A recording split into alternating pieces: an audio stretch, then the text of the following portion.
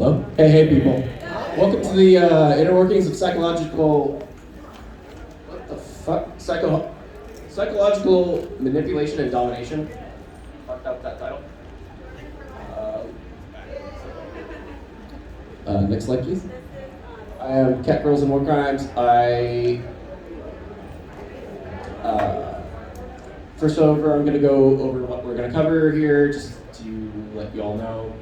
This is going to go into a lot of mindfucking, lots of different types of coercion, any sort of forms of psychological abuse, mind-rigging, all that fun shit, but all that semi-traumatizing shit. But it's a good thing to know how to spot it, so you don't end up doing it unconsciously, or you have people that are doing it to you and you want to notice that. And also some other fun shit that you can throw in there. But don't be like me. Alright, so, back one down. No, sorry. Not a rhetorical question, but do y'all enjoy hurting other people? Yes. No. I'm gonna hurt you then. Okay. That was a loaded question. So who the fuck am I and why do I have a panel? So I went to college to get a degree in epistemology, which is just study of knowledge and memetics. Basically how knowledge is transferred, how ideas get passed around, formulated, and how essentially mind viruses work. I do fixer works, I'm stuck in a cult. I just fuck with people for fun, and as you can see, horrible fucking person. I'm terrible at parties. There's 3 people here that can attest to that. All right, next time. So, what I want to go over first is usually how we find out how people tick is understanding a good amount of fear. So, I can break it up into the primal fears and the existential fears. So first off, on the primal side, all basic fear leads back to death. No matter what the fuck you are afraid of, you're going to be afraid of dying. Your mind will rationalize that. From there, there's the dark, because shit's in the dark, it will kill you. Falling, die. Pain, it's a warning system to death. Same goes for isolation, because humans are very social creatures. Without other people, we feel like we will die. And of course, large tigers, which is a fill-in for literally anything that's bigger than you and wants to kill you. Now, we go over to the existential shit. This is more so man-made, and the ever-living what the fuck thinking that we do is we've developed persecution complexes. So a lot of people start to get uncomfortable about being judged or hated, or a lot of other stuff like that that can also lead to a lot of other things. But there's also, in that existential creation, we've created a lot of our self-identity, who we are as people, who we have as a form of autonomy, as well as what meaning we have in our lives, or what we place on that. This is going to come into play much later, but we also have abandonment, insignificance, and socialization. A lot of people fear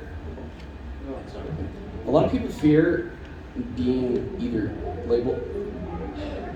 The best way I can put it, the best insult I have for someone is to label them as a single word, abandoned. Why? Because everyone has that fear of being unloved or left alone, and that's a key thing that gets working into this. So, I swear I'm going somewhere with this beam. So, humans have a thing called mirror neurons. What are they? They are essentially... Next slide. So, it's what allows us to empathize with other human beings and kind of get that knowledge of how to pick up knowledge and instincts, because we like to mirror a lot of other people. If you start smiling at someone, odds are they're going to start smiling back at you, just because we kind of have that mirrored energy, and that's just hardwired into whatever fucking brain that we have. As well as for body language. A lot of it because we have not developed speech for the past, 10,000 years? We've been around for like 100,000. So all sorts of different types of communication is there in place, as well as we have other animals that will communicate through body language because they don't have vocal cords, they don't have parts of expression. So developing this type of mimicry and gain knowledge through empathy is very important to understanding how someone's psyche can work, because there's a lot of social tells that you're not going to understand, because you can tell someone that, hey, I feel fucking great, but right now you can see the fucking pain in my eyes. And that's another important part. Next slide. So now identity. Yeah, I'm using this shit. All right. So another key point is understanding how you build that sense of self and how other people build that sense of self. With that, you can see what different factors have led them into their life today. What type of person does that make them? We have different social identities that essentially we imprint ourselves onto or think that we are. Hence why I'm using the "he's literally fucking me" memes right here. Because a lot of people feel that social isolation and need to pin it on something or an idea in which can represent them because they cannot form their other idea. Now, wait 1 second. So, another stupid thing, bringing up is Freud. Came up with the ego, which is essentially your consciousness. It's the voice that tells you, that talks to you in your head, and if you don't have that, hello sociopaths. If you have the super ego, that's your sense of judgment, your morality, but that's also part of the subconscious. And then finally, we have the id. This is essentially your unconsciousness and what drives you as an animal. The id, it does not have morality, it does not care. If it sees a sandwich and you're hungry, it will kill another human to get that fucking sandwich. Why? That's just how we are hardwired, because it has that drive, but it is kept in check by the superego and ego in order to sort of regulate that animalistic instincts and urges. But it still can overpower a lot if you're under massive amounts of duress. It's like, now, thank you for the just basic neurology bullshit lecture. Now we're getting on to domination, or whatever the fuck I want, it's my thing. All right, so let's apply some of the stuff that we learned. If you want to get into people's heads, you want to understand who they are as a fucking person. If you don't know who someone is, it's going to be a little hard to understand that is. I don't know how close off or sociable someone is, how what they're judging people on, what their life is like. I need to have some sort of grasp on the person that they are to kind of get that feeling, you know? You can't just go up to someone and say, hey, want to be my dog? I actually fucking did that, I'm so sorry, Joe. But I knew you were cosplaying Denji, which I know makes you a bottom. Silence. Bottom. He shakes his head, but he knows it.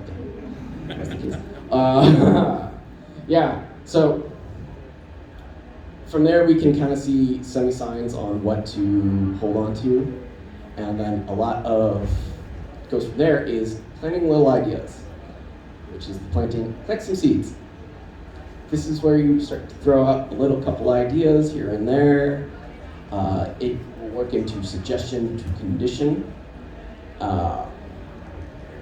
and from there, from conditioning, you go to exploiting some pain points, which will go there, and then you can break them. So, pain points. I want to go over what's the difference between punishment and punishment, because I know a lot of you, in fact, mostly all of you are pretty much fucking degenerates if you're at this con. Yeah. If anyone is not, raise your hand. I'm only going to bully you a little bit. Okay, cool. I fucking see you. Baby. Okay. So, what's punishment? What's punishment? Now, I hear the term punishment thrown around a lot because You get a lot of masochists out there, and let me tell you, you can beat the shit out of a masochist, but they're gonna like it. So what you're doing isn't really, oh, I'm gonna torture this person. No, you're just giving them what you want, which is why I don't give a fuck about brats, because they're just getting what they want by acting whatever. So, a lot of torture isn't so much physical at that point. You have to go to the psychological level, because anyone can have that wiring that loves to feel pain. They can just get off on it. In fact, you get that adrenaline rush, your endorphins going. It's like that high when you get in a fight on the internet, on Twitter. Yeah. But there's a lot on certain pain that you can go back to when it comes to exploiting little parts of those fears. Because if you go back down to that, a lot of fear is also about control. So you can use that control to have a little fear, because everyone at some point in their life has been paralyzed by something that they've been afraid of. You can all picture that and relate to that there is that one moment in your life where you know you could not walk. That isn't because there was something holding you back, but it's this little thing in your mind that keeps you from walking. So we know that your brain has the power to just shut you down. So now, we can exploit said fears and get people to do whatever the fuck we want. So, this is, many of you probably have also played Bioshock. This is also a really good point that I want to bring up with coercion and repetition, suggestion, and essentially illusion of choice that you can set up. So, it's like the whole quote from Andrew Ryan right before he got killed by a head. In the end, what separates a man from a slave? Money, power? No, a man chooses and a slave obeys. You think you have memories, a farm, a family, an airplane crash. Then this place. Was there really a family? Did that airplane crash, or was it hijacked? Forced down by something less than man, something bred to sleepwalk through life unless activated by a simple phrase spoken by their kindly master. Come in, stop, would you kindly? A powerful phrase, a familiar phrase. Sit, would you kindly? Stand, would you kindly? Run, stop, turn. Was a man sent to kill or a slave? Kill. A man chooses, a slave obeys. Which was his final words before he had said person kill him with a gun. So, now, here's the thing with a lot of conditioning and a lot of choice. You can ask in that, the way that phrase is set up is it poses a question that you are acting upon on your own volition. Seriously, think about it for a minute. Would you kindly? That's saying something politely and asking, if the good of yourself as a person, are you okay with doing this thing? Most of the time, if it's something simple, you'd oblige. It's not going to be a problem. But from there, we can take what little pieces and work up. So it's a little bit of asking someone, hey, could you come in? Could you sit down? Could you sit through this fucking boring ass panel? And from there, it's going up that ladder of adding slight little burdens to whatever sort of conditioning that you want to get people to do what you want, because they're not going to realize that, hey, can I borrow you for a minute? A minute's not that long. You're going to feel that's fine. However, you can start asking people to do a little more things. Hey, can you come to my lunch? Hey, can you come with me because I need someplace to crash? Can I have you kill this political figure? It works like that. It actually does. So there is that sort of suggestioning and taking. What was it? It's not. You're not centered. You're off. Oh fuck! Thank you, Shay. Shay, everyone. Okay. So from there's also a lot of suggestion. Because if you're getting someone to do what you want, you don't want to essentially command them. Like,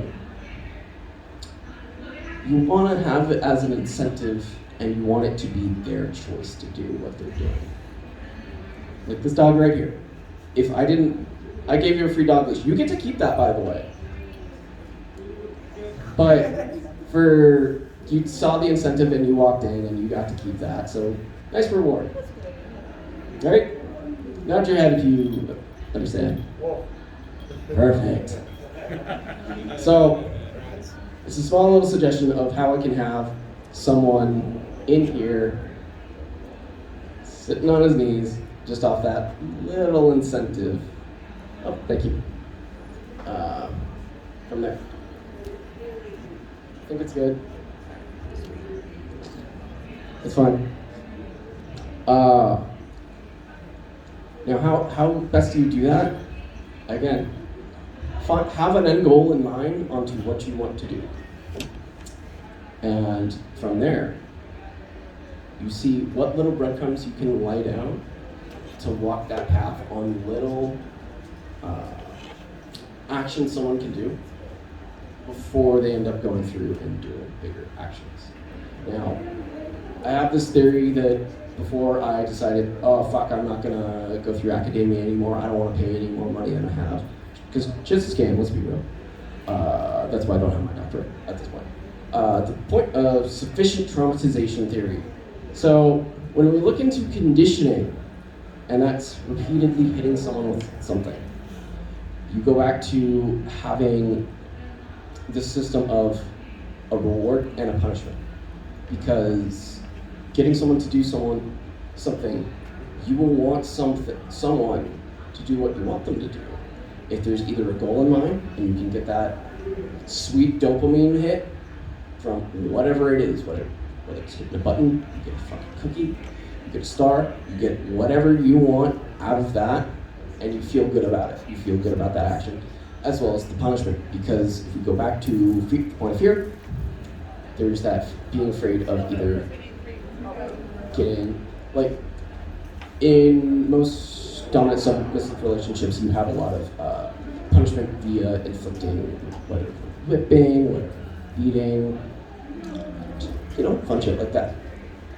But that is to correct behavioral abnormalities on how you want to shape a person, as well as going back to the several slides that you can't be a brat, so you prey on another fear of essentially isolation. Because what you want to do for any sort of punishment is find one of those primal or existential fears, and then kind of let someone sit alone with their thoughts for a couple hours and kind of ruminate on that. Because pretty much everyone here has stayed up till 3 a.m., most likely every night, and been left alone with their thoughts. It's fucking terrible, isn't it? Yeah. Yeah. So that's the thing about the brain with that too, is once you start thinking about shit, you're gonna start overthinking about shit. And then it's gonna keep processing and it's gonna fucking hurt. You're gonna get scared because your brain doesn't know how to process certain things and it's just gonna go fucking crazy. So that's what you need to essentially put into someone, like put in the USB into a fucking projector that does not want to work for me today. And get that program to run. Next slide. Oh, wait, sorry, go back. I forgot about devotion versus coercion. This is extremely important. So, this is what I like to break it up into what's considered semi-abuse and what's not sort of abuse, but more like they actually like you. It's more of a cult, but I still think it's kind of fucking toxic as shit. Either way, I think controlling anyone at any level is kind of fucking toxic, but at least own up to it, alright? So, coercion. That's any sort of thing that you do to force another person to do whatever you want. Now, I know a lot of this is on manipulation, but it's not. There's a big difference between asking someone, hey, do you want to do this on your own volition? Do you want to actually just come up here and then sit down like a good dog, or am I going to put a gun to someone's head and say, hey, do this fucking thing? Because odds are, they're going to do that thing under the threat of whatever, but not because they want to, but because they're afraid for their own life, their safety, their livelihood, anything. And that's, for the most part, what coercion is. It's a forced act, as opposed to what I see as devotion, which is people doing things of their own volition. It's like that difference of when you have someone that is willing to die for you versus someone that is afraid of you. You want to foster that relationship where you have someone that is willing to die for you, not afraid of you and afraid of what punishments that come with. So you have that little, the reward is a little bit greater than the pain, so they will fight through whatever mental fuckery, whatever pain is subjected, or whatever outside threat, because it goes back to that fear of letting someone down. And they just don't want to do that as their key or part of a person. I know there's probably a lot of people out there that have, you'll do shit for people that do not deserve you because you want to feel loved. It's kind of like that, but I'm pretty sure that's also a little bit coarse. But it's that fear of not feeling good enough and then not performing well that can also lead to a little bit of muddling that devotion, but it also underlines that. You kind of want to have that thin line between, hey, is this person suffering for their crippling anxiety if they're doing well enough, or are they just doing this because they're not thinking about it and they just want to do something? You want to have the second one where they're wanting to do their best and not feeling like there's any sort of spike pick when they fall, but a net. But only just a little bit of disappointment, just a little. Because it goes back to that, you gotta have both punishment and punishment, regardless, to correct any sort of action or abnormality. Next one. All right, Pavlov's dog, or Eric Andre's Manchurian Candidate from that one. So going back to the rant I had 2 slides earlier about the would you kindly shit. We have a lot of repetition through code phrases and whenever you're training someone to do anything. You can't just kind of expect anyone to do anything if you just say, hey, come in, sit down, file my taxes for me. I really am blanking on a lot of examples of what to have people do right now, but for the most part, it's, you have that layer of, you use a phrase, you get someone to do enough times, and they start to think of it as subconsciously or not from a conscious point. Like, most of our batch memory, like when you are driving or going home or going to do your daily stuff, that's on autopilot. You don't really put conscious thought into that. So what we have with this conditioning is you want to have that same sort of batch memory manipulation to get people to act on something more on a subconscious level rather than a conscious level. That's kind of where it gets from there. Now, conditioning via stimulus repetition. Same principle. Find that thing that you can just repeat, whether it's the good job.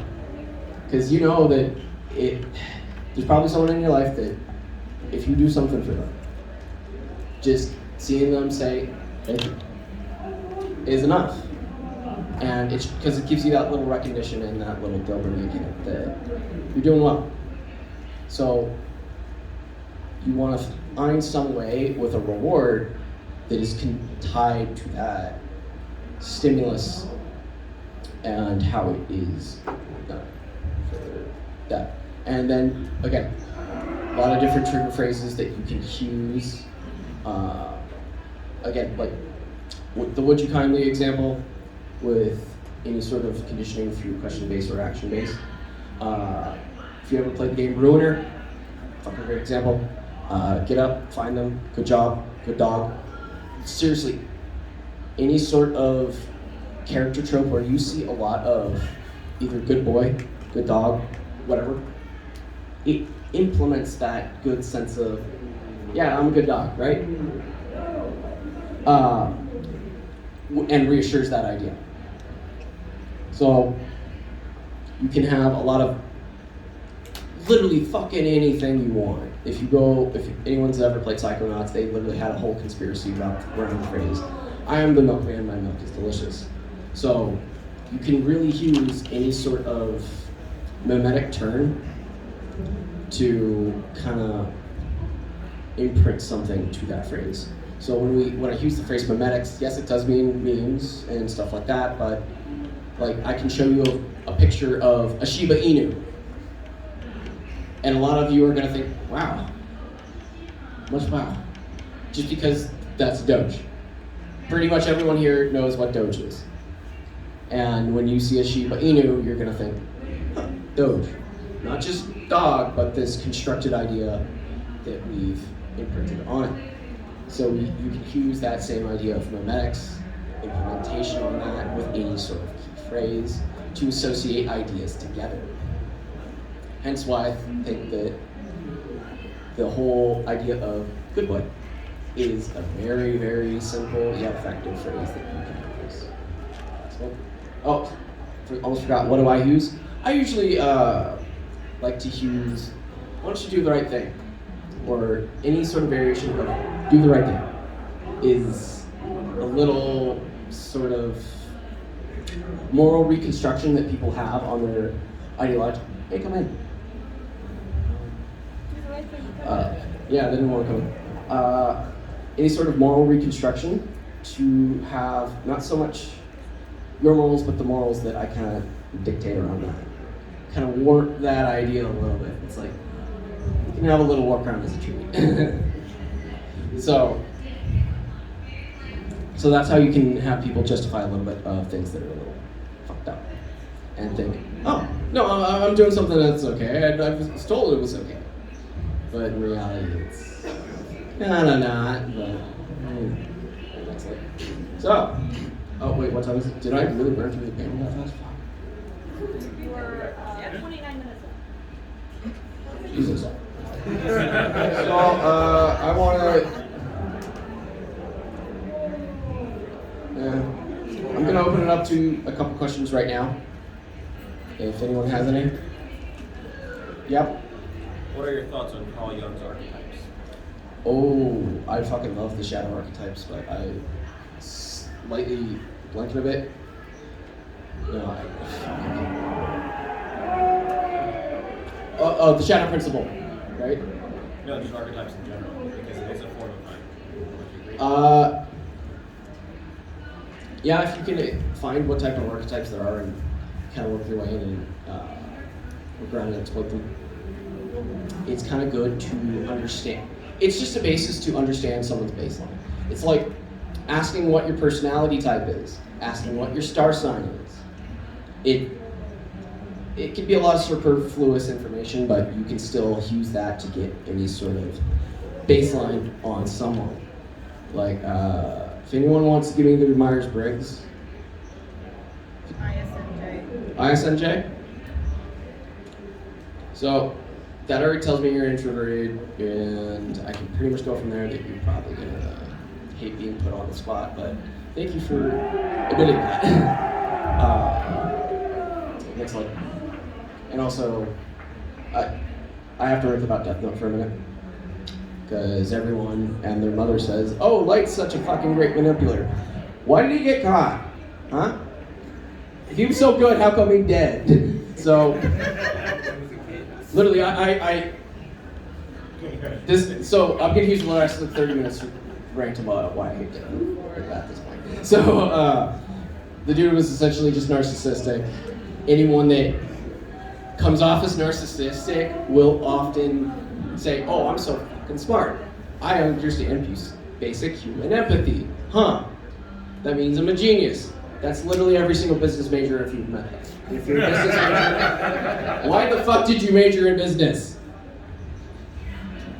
But really, even if you go into the first episode or two, he gave his identity away in the first 10 minutes because he had some point of hubris. He had to prove himself. And that's not really a good one of manipulation. Also, dude had a big titty goth. That's literally what everyone wants in life. Why'd you throw that away? And I probably would do stupid shit if I had a death note too, but like, who would? Who would? But also a good point about this type of manipulation when you see a lot of narcissistic behavior is they're gonna build you up, they're gonna love bomb you, they're gonna make you feel like you're fucking on top of the world and you're great and you're powerful and all this other shit. That's just trying to get under your skin and that's just trying to get you to do whatever the hell they want you to do because everyone likes doing favors for people that they like. So that's essentially what the basis of any sort of like narcissistic manipulation or malignancy that we see there. It's be a little wary of the people that are a little too friendly and a little too, hey, I did this one favor to you, do you mind doing these 3 things for me? Always make sure it's that 1-to-1 ratio because then you have people that are a little going off the rails with, hey, can you do this next thing for me? Another good thing to look at. Also, I have to rant about this bit some more because Misa, come on guys, she's fucking great. She has room temperature IQ, but oh my god, that is exactly what I want in a waifu.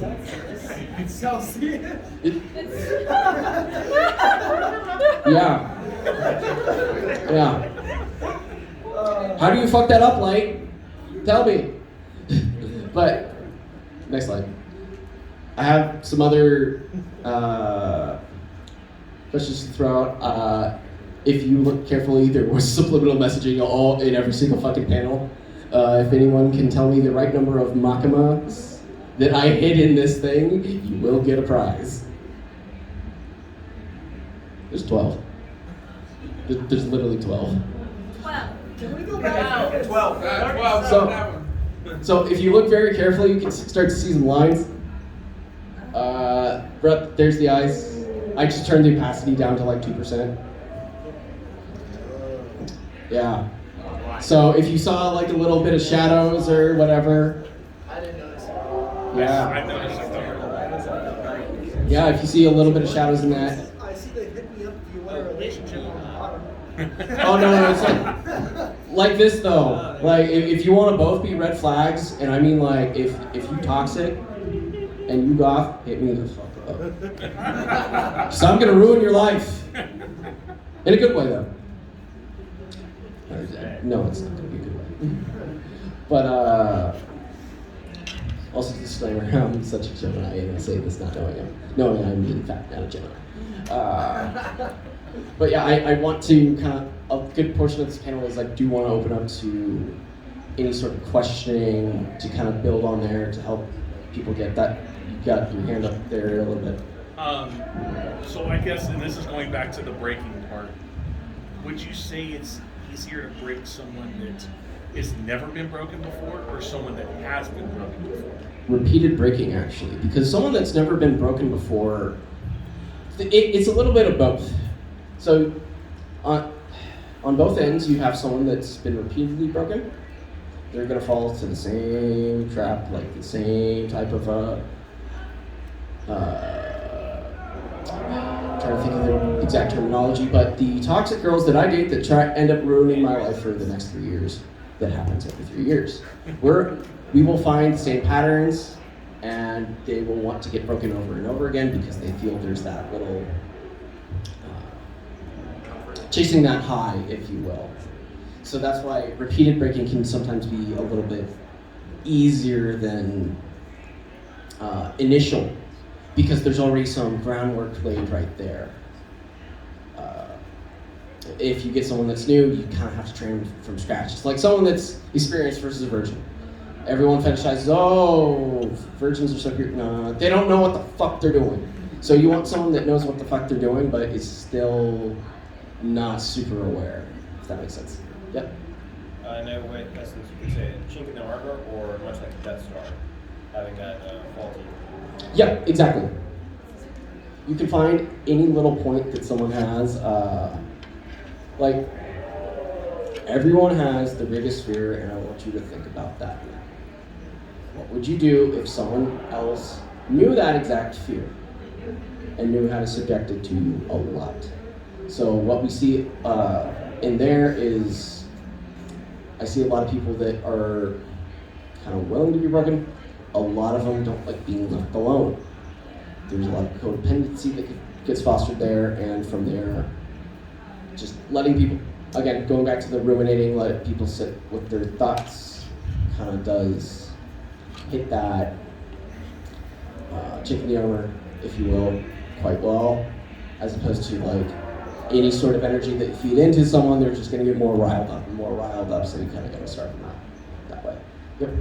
Do you have any thoughts on when, even if someone verbally consents to being conditioned or brainwashed, when you won't accept that because you don't think they'll come back, basically? Could you say that one more time? So, there are situations where someone will consent to be conditioned, right? Do you have any thoughts on when you should not accept that? Like how to read the person and see if you should accept it? That's a little hazy because initially you think that a lot of consensual conditioning, consensual manipulation can go through a lot of parts in life. Sometimes it's not even just the talking in a relationship setting or a cult setting or any sort of BDSM. It's also social contracts that you agree to and accept. Like, look at any job that you work for. They're training you to be that exact same fucking. Yep, you know. They want you to be that exact same cookie cutter, mindless worker bee bullshit in any sort of conditioning jobs. But you agree to that because you want to get paid. Everyone can see that that's kind of consensual manipulation in of itself. Because so long as they're consenting and getting that end reward that they want, it's kind of how they go from there. Me personally, I don't do that shit. I'm self-employed, so professional unemployment is great. I would literally kill anyone that has to wake me up before noon. Best thing about it. You had a question? Oh, I left. Yes. So, first question, I had two. Yep, go ahead. First question was, is this recording going to be available anywhere? Yeah, I'll probably put it on YouTube. I thought. Yeah, cat girls and war crimes, all one word. And then is there, just as a because I feel like I haven't picked up enough or know enough about these topics to ask really about questions. My question then would be, where can I go to learn more? Date a girl with BPD. I'm still trying to unpack the last one. I'm so sorry. That's actually what led me to start researching a lot of psychology. Is like, why do I fucking feel like I'm in love in this relationship but fucking hate it? But also is either take any sort of college level psychology or philosophy classes. I like a lot more on the philosophy side because it gives you more of that understanding on how people function and work as opposed to just that base level science psychology, because human mind's really fucking weird. It's really hard to it's really hard to self-analyze a lot of that shit just because of we don't know. I don't know what anyone else here is thinking, except for I think that guy wants to take it out. That guy's just thinking, what? Yeah. I know. I love you. But any sort of other sorts of things, I like a good portion of media to also relate to. As much as I bag on like Psycho, Death Note, good to learn how playing those stupid fucking mind games work. I also really like Psychopaths, and then go from there with any sort of other manipulation. I know I made a brief reference to Blade Runner, but it's just try to find any good source of media that has any sort of that, I don't know if these memories are real, or there's a good ethical quandary in it, and you can go there, and then you'll probably rabbit hole your way into learning more stuff. Because I can say, go look that shit up on the internet. That's a fucking blown off way to do it. And most people will look for 2 minutes and then not give a shit. But reality, get something that you find is very interested about such subject that can kind of push your way into it. Like, I got my whole fucking degree in philosophy because I saw Psychopaths in high school and thought, wow, this dude with white hair is pretty fucking cool. What's his superpower? Oh, he just fucking reads? Damn! And then I wasted 6 years of my life getting a 4-year degree. Yeah, I'm kind of fucking stupid. But that's, sorry for the long-winded question, but that's kind of how you get into it. Like, I don't know what you're cosplaying. Aki. Yeah. Yes. So, I don't know. Has anyone read the Chainsaw Man manga versus the anime? Because, yeah. Yeah. Take a lot of fucking notes on Makima. There's a goddamn good reason why I'm a cosplayer today for this panel. But take. Yeah. Yep. Take notes on that and just. If we could go back like a couple slides to the. I don't need a dog that says no. Keep going. Yep, here. We see this shit in the first 1 to 2 episodes, where it's presenting that false choice, and that is one of the best examples of it. Because hey, you can have food, you can have a new pair of shoes, you can have a life worth living, you dog, and you get everything you want, or I can just fucking kill you. Is that a choice? No, it's not a choice. Everyone here is going to pick the thing that says, all right, I'm gonna pick the option that's not death, that also sounds pretty fucking lit.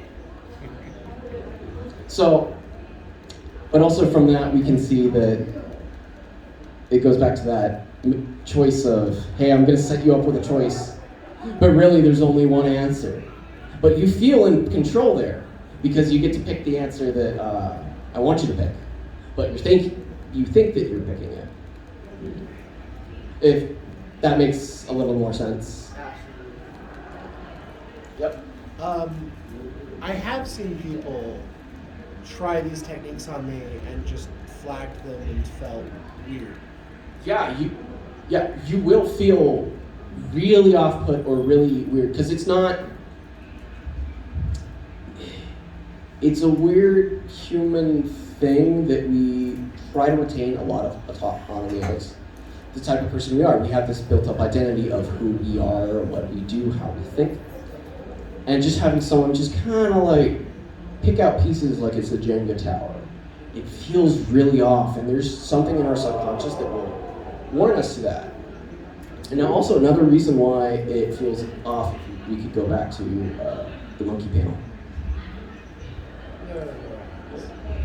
So, mirror neurons.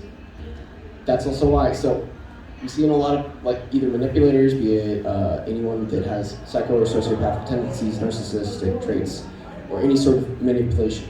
There's usually a lack of the way how those conditions work is in this part of the brain, the hypothalamus. I think it has a large dopamine receptor part, yet a diminished mirror neuron, so they kind of can't relate that well. And it's why if you see someone that has like a 10-second stare without blinking, it's gonna feel a little uncomfy because they don't have that disconnect of, hey, I'm making this person uncomfortable, or hey, I'm invading someone's personal space, and kind of fucking that up. It's why it feels a little off. You don't know the right word for it other than it's not gonna feel great. Just to expand on what I was saying, there's also when you consciously flag it, it just changes your evaluation of that person. You're like, this person thinks they're so smooth, but they're just doing the obvious techniques that they're assuming my intelligence is here. Yeah. Or my perceptiveness at least is here. There's another good point is the veil of ignorance.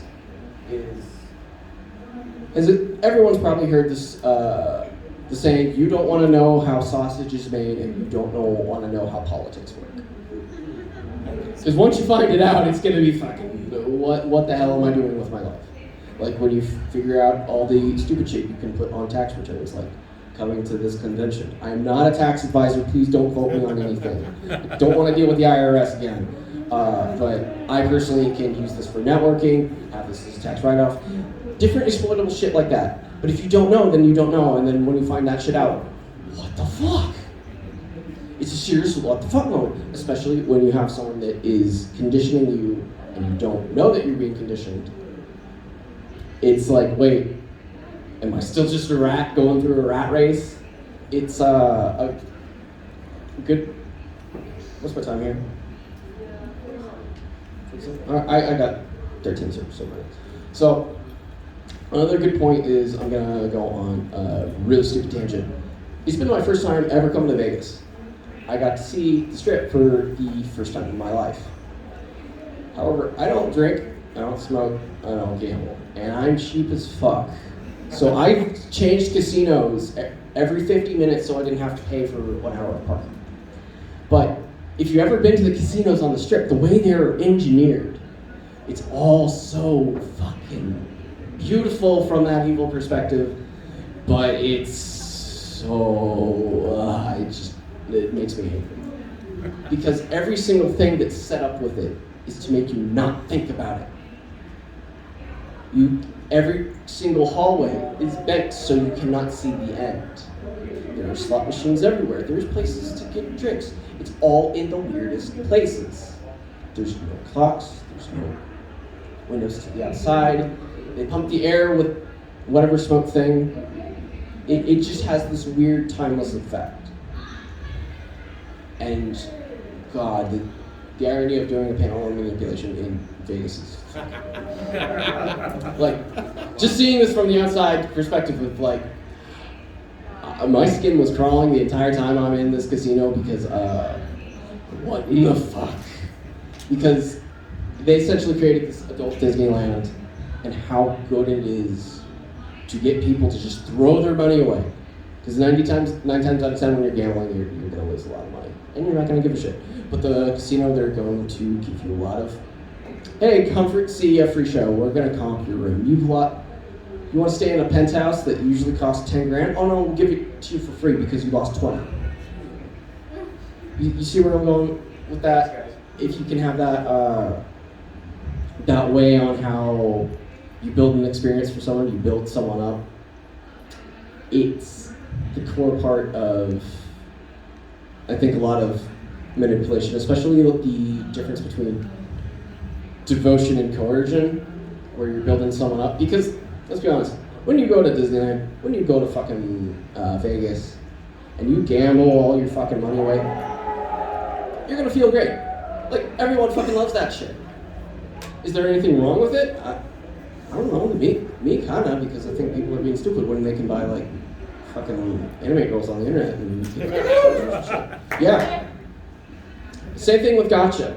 Like, you're buying a PNG, and I'm probably calling out a good number of you here, but if you're spending like $1 grand to get a PNG of your waifu, please reevaluate some things. But that dope, yeah, Genshin. Predatory as fuck. I love the aesthetic of the girls, but I will not go near it because I don't want to be more broke than I already am.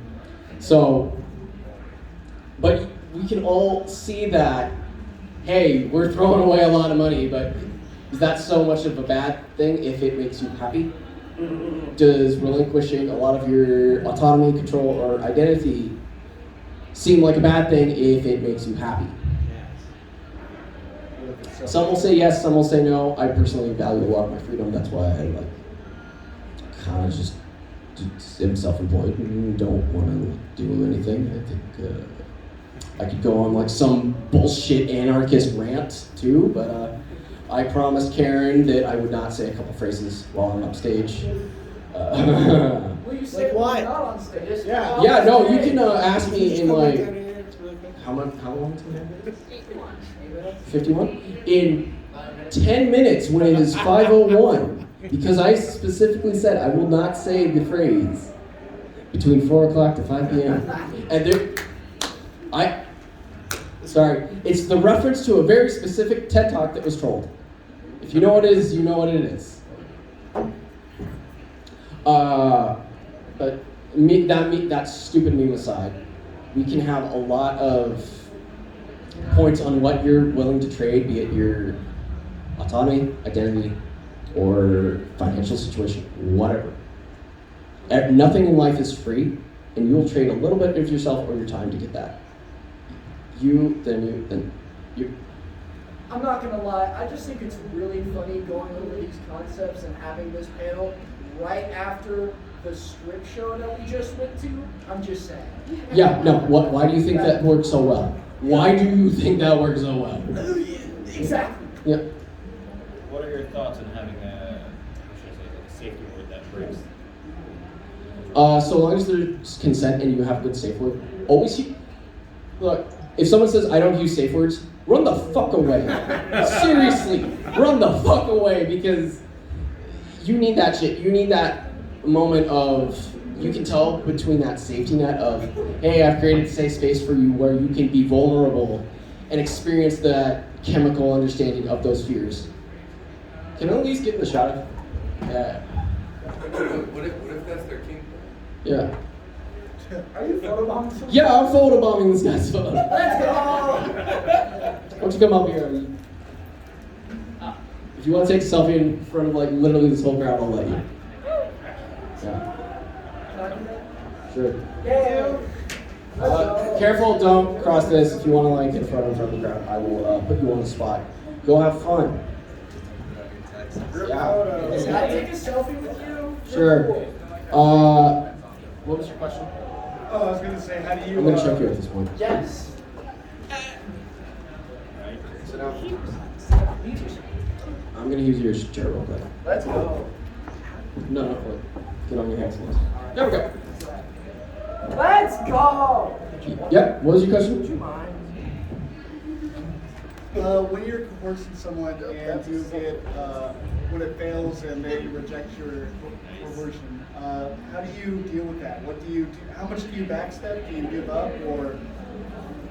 If they know what you're doing, run the fuck away. Like, here's the thing. Your back might be a little slimy, but that's just saying for sure. Thank you. Oh, God, I can tell you're nervous. I'm so sorry. So, think if someone figures out that, oh, I've been made, a lot of times they will try to control you by controlling the narrative. That's why we see a lot of people that are like narcissistic and think, oh fuck, they know I'm toxic as shit. So they're gonna say, oh no, you're toxic as shit. Sorry for Can you say gaslighting? Yeah, it's literally gaslighting. Yeah, Stuff like that. What if they're ignorant to the fact that they just don't want to do whatever you're asking them to do, but they're ignorant that you're trying to manipulate them? What, you know? Oh, they're stubborn as fuck then. Yeah. What if they're stubborn? How would you deal with that? So, thank you. Give it up for this dude. He's a great sport. I called on him and he's probably that was fun. I love you. I don't know your name, but you champ. Okay, yeah. Yeah, if anyone wants to get leashed. I'm doing it for free, by the way. Somebody take a picture, please. Oh, thanks. Yeah, there you go. So, when you find someone that is very stubborn, a lot of times, don't fucking force shit. Really, I don't believe in if you're pressuring someone to do something and they don't want to do something and you're not letting up, it's not going to work. They're going to give in eventually, but it's not because they're choosing to give in, they're just wanting you to shut the fuck up. So if someone's stubborn and they don't want to do whatever it is you're doing, seriously, just, again, a large part of this panel is learn it so you don't be toxic as fuck, but you can be a little toxic as the truth. Just a little bit. As the truth. Look, that also explains my handle and why it's called Cat Girls and War Crimes, not like It's a really good. people assume that if I'm a good person, it's pretty much labeled there. I'm not. But yes, your question. I was wondering whether you've looked into social engineering and how it's Oh. related to it. Because, Yeah. yeah, that's the fun bit. That's essentially what is the underpinning for memetics. And trying to... I'll go from that. So, funny enough, 2 years ago, I created this disgusting beverage called Milk. It's Pepsi milk.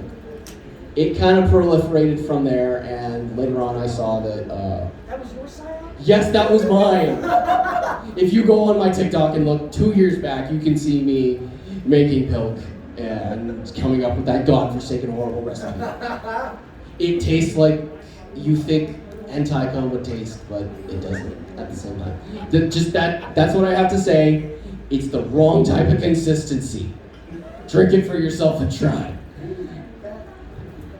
But yeah. I'm having your reaction. Thank you for your service of clicking the thing. You like SCP? Yeah, it's pretty lit. Okay. Yep. And so the memetics from there is that it's not like, oh, it's this edgy, whatever the fuck term. No. The idea of a cognitohazard, which is a cognitive hazard that if you recognize something, it's going to freak you out. Like any sort of optical illusion can be classified as that, or what's called terrible knowledge. There's the idea behind that's technically also classified as an info hazard.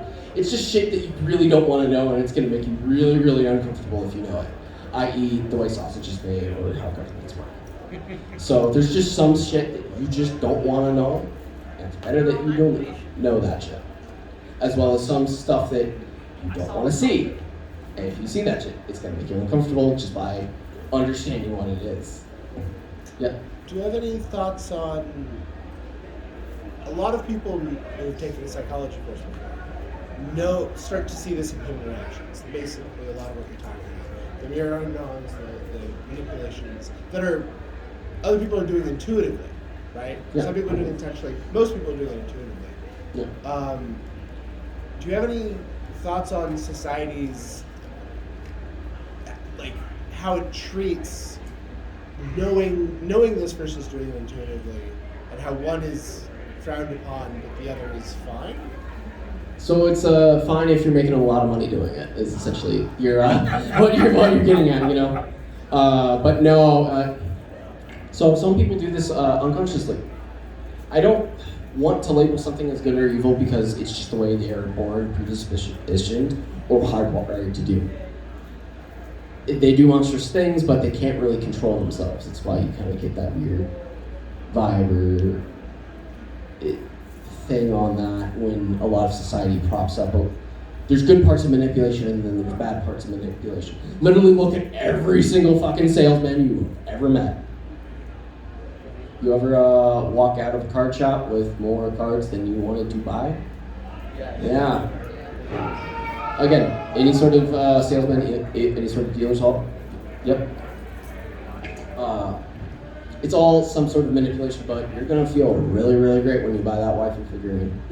Or when you go to Super Lightweight Industries and buy one of their t-shirts. I'm not being paid.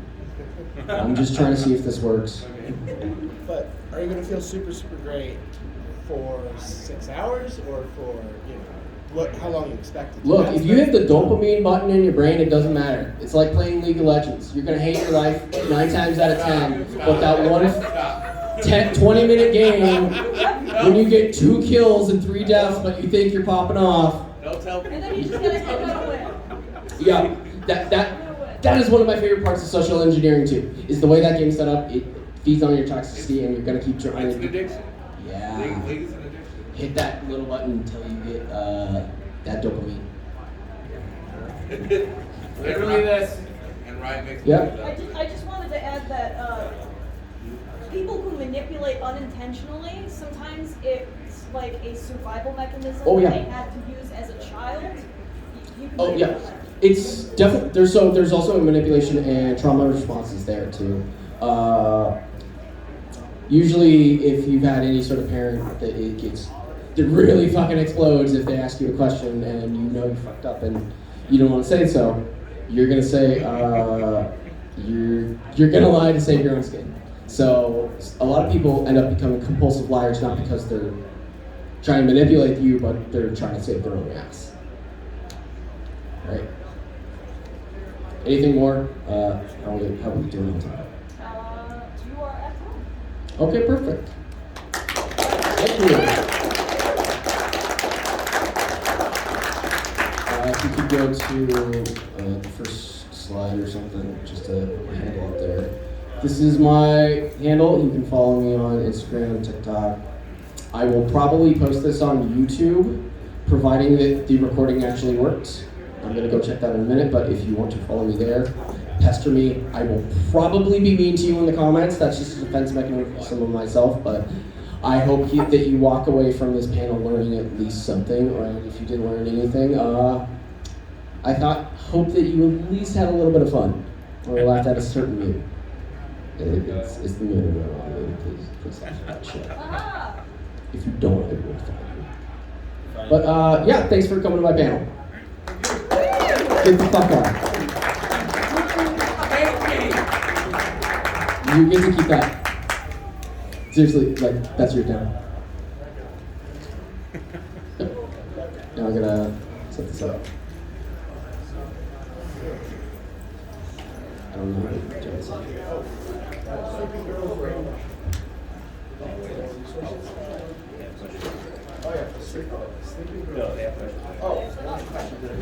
Mine's going to be much longer. Here, let me sit down. Yeah. Wait, what do you think of my phone? No, very much. Oh, thank you. Oh, Thank you for yes. helping out. Yeah, of course. If you want to keep that, or if you want to give it I back. actually have a leash. Okay. Or no, I actually have a collar, so it's actually really nice if I can keep it. Okay, cool.